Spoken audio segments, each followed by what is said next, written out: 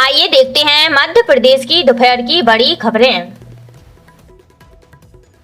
नए नियम tax, train ticket, ATM, pan card समेत 1 अप्रैल से लागू हो रहे हैं। आम आदमी को हिला देने वाले ये 8 नियम।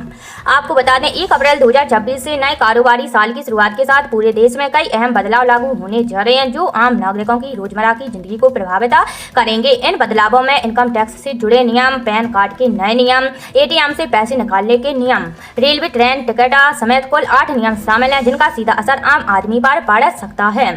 तो जानिए नए नियमों के बारे में। पहला है इनकम टैक्स चेंजिंग।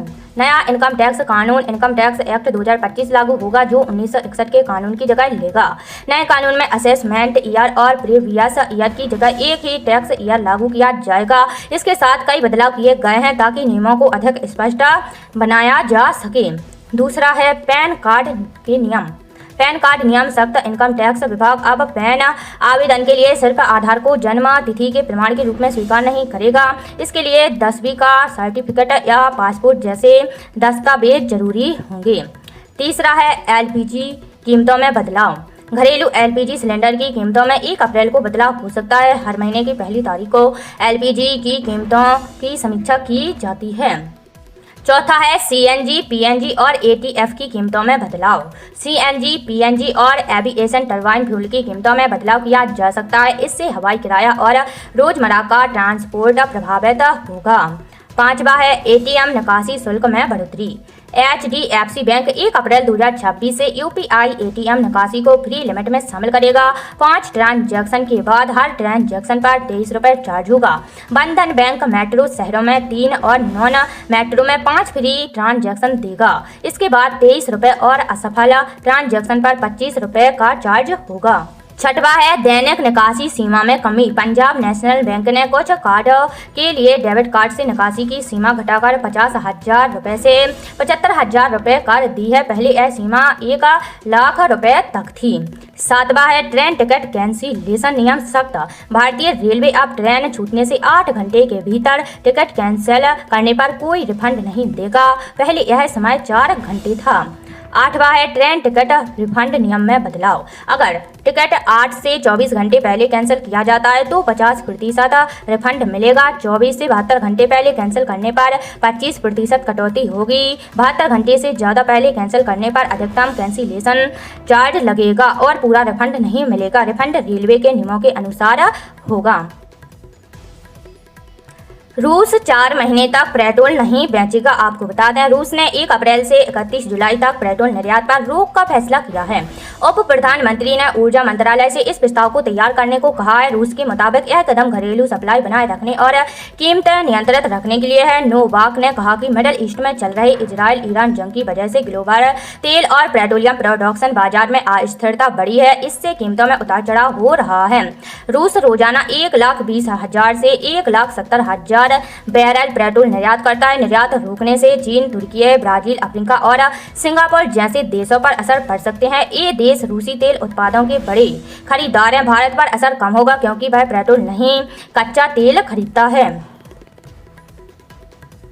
किसानों के लिए बड़ी खबर है। सीएम किसान योजना की 14वीं किस्त जल्द खाते में आएंगे 4,000 रुपए। आपको बता दें मध्य प्रदेश के किसानों के लिए एक अच्छी खबर है। किसान मुख्यमंत्री किसान कल्याण योजना की 14वीं किस्त का बेसब्री से इंतजार कर रहे हैं।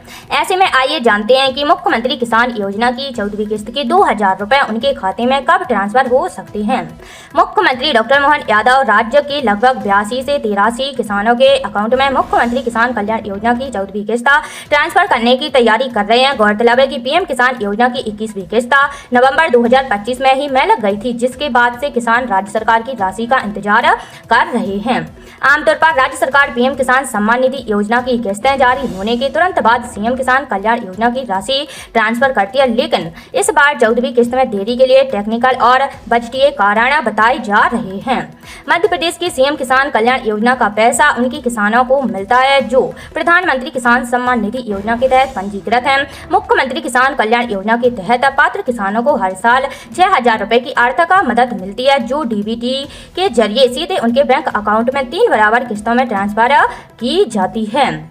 सूत्रों की माने तो मुख्यमंत्री किसान कल्याण योजना की 14वीं किस्त और 15वीं किस्त एक साथ जारी हो सकती है। संभावना जताई जाएगी कि अप्रैल महीने में दोनों किस्त के रूप में एक साथ 4,000 रुपए मिल सकते हैं। राजस्थान में आज से बारिश ओले गिरेंगे। आपको बता दें देश के अलग अलग हिस्सों में मौसम बदल रहा है। राजस्थान में शनिवार से एक नया वेदर सिस्टम एक्टिव होगा। इसका असर प्रदेश के सभी जिलों में रहेगा। बारिश के साथ ओले गिर सकते हैं। वहीं मध्य प्रदेश में 29 मार्च से लगातार 3 दिन बारिश की संभावना है। भोपाल, उज्जैन, ग्वालियर, जबलपुर समेत प्रदेश के करीब 40 जिलों में तेज बारिश का अलर्ट है। हालांकि शनिवार को प्रदेश में तेज गर्मी रहेगी। उत्तर प्रदेश में शुक्रवार को लखनऊ, कानपुर समेत 10 जिलों में रुक रुक कर बारिश हुई। अगले 5 दिनों तक मौसम ऐसे ही रहेगा। कहीं कहीं ओले भी गिर सकते हैं। बिहार में आधी रात को पटना समेत 5 जिलों में आंधी के साथ बारिश हुई। आज 38 जिलों में अलर्ट जारी किया गया है। पीएम मोदी की ईरान जंग पर मुख्यमंत्रियों के साथ बैठक। आपको बता दें प्रधानमंत्री नरेंद्र मोदी ने शुक्रवार को ईरान जंग को लेकर राज्यों के मुख्यमंत्रियों के साथ बैठक की। उन्होंने कहा कि सभी राज्य टीम इंडिया की तरह मिलकर काम करें और अपनी तैयारियां मजबूत रखें। वीडियो कॉन्फ्रेंसिंग के जरिए हुई बैठक में पीएम ने राज्यों की तैयारियां और योजनाओं की समीक्षा की। उन्होंने कहा कि सरकार की प्राथमिकता अर्थव्यवस्था, ऊर्जा और नागरिकों की सुरक्षा है। पीएम ने सप्लाई चेन सही रखने, जमाखोरी, कालाबाजारी करने वालों पर सख्ती करने को कहा है। साथ ही खाद्य के स्टॉक व वितरण पर नजर रखने को कहा है। इससे पहले सरकार ने कहा कि देश में लॉकडाउन नहीं लगेगा। केंद्रीय मंत्री किरेन रिजिजू समेत 3 मंत्रियों ने लॉकडाउन की खबरों को गलत बताया है। मुख्यमंत्रियों ने केंद्र के फैसलों की सराहना की और तेल पर एक्साइज ड्यूटी घटाने व एलपीजी बढ़ाने के निर्णय का स्वागत किया है। उन्होंने कहा कि राज्यों में पेट्रोल, डीजल और एलपीजी की पर्याप्त सप्लाई है और स्थिति पूरी तरह नियंत्रण में है। इस मुद्दे पर पीएम ने पहली बार मुख्यमंत्रियों के साथ बैठक की, जिसमें रक्षा मंत्री राजनाथ सिंह और गृह मंत्री अमित शाह भी शामिल रहे। 1 अप्रैल से महंगा होगा टोल, 5 से 10% तक बढ़ेंगे दाम। आपको बता दें वाहन चालकों के लिए 1 अप्रैल से सफर महंगा होने जा रहा। National highway authority of India द्वारा टोल टैक्स में 5 से 10% तक बढ़ोतरी की जा रही है, जो हर साल की तरह इस बार भी लागू होगी। इस बढ़ोतरी का सीधा असर जबलपुर से नागपुर, रायपुर, प्रयागराज और भोपाल जैसे प्रमुख शहरों की यात्रा पर पड़ेगा। वाहन चालकों को अब हर टोल प्लाजा पर ज्यादा राशि चुकानी होगी। 5 से 10 रुपए तक का बढ़ेगा टोल। जानकारी के अनुसार जबलपुर के आसपास स्थित टोल प्लाजा पर कार चालकों को 5 से 10 रुपए तक अतिरिक्त शुल्क देना पड़ सकता है। वहीं फास्टैग के जरिए मिलने वाले करीब 3,000 रुपए के एनुअल पास में भी लगभग 75 रुपए तक की बढ़ोतरी की संभावना है।